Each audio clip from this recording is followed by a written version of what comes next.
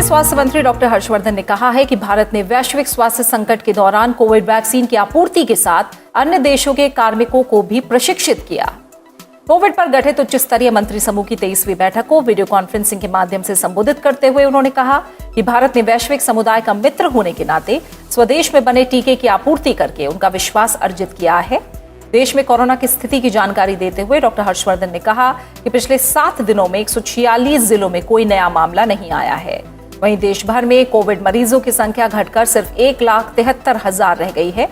उन्होंने बताया कि इंग्लैंड से आए कोरोना के नए स्ट्रेन के अब तक 165 मामले सामने आए हैं और इन लोगों को क्वारंटीन और निगरानी में रखा गया है। Total number of cases that we have diagnosed in the country in the last 1 year, this number is 1,07,0193.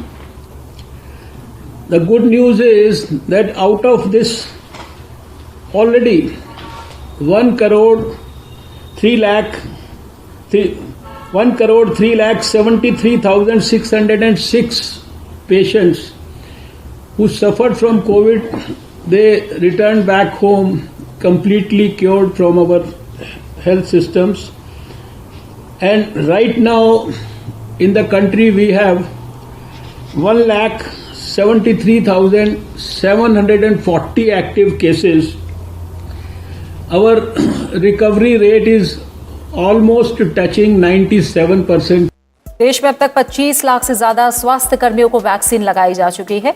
स्वास्थ्य मंत्रालय के मुताबिक भारत में टीकाकरण अभियान शुरू होने के 6 दिनों के अंदर ही 10 लाख लोगों को टीका लगाया गया। स्वास्थ्य मंत्रालय के सचिव राजेश भूषण ने कहा कि 26 जनवरी तक भारत टीकाकरण कवरेज प्रदान करने में 5वें स्थान पर रहा है और अगले कुछ दिनों में 3रे स्थान पर पहुंच जाएगा। देश में 25 लाख से ज्यादा स्वास्थ्य कर्मी जिनको हम हेल्थ केयर वर्कर्स भी कहते हैं का वैक्सीनेशन किया जा चुका है। तो जिस दिन ये कार्यक्रम शुरू हुआ 16 जनवरी को, उस दिन हमने 3,374 वैक्सीनेशन सेशंस किए अक्रॉस द कंट्री देश भर में और 2 लाख से कुछ ज़्यादा लोगों का वैक्सीनेशन हुआ।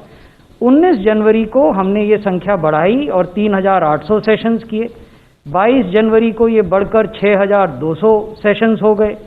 25 जनवरी को पूरे देश में 7,700 स्थानों पर टीकाकरण की प्रक्रिया की गई और आज जब हम आपसे बात कर रहे हैं तो देश में 9,000 स्थानों पर वैक्सीनेशन सेशंस हो रहे हैं, यानी 9,000 स्थान ऐसे हैं जहां की कोविड वैक्सीनेशन की प्रक्रिया चल रही है।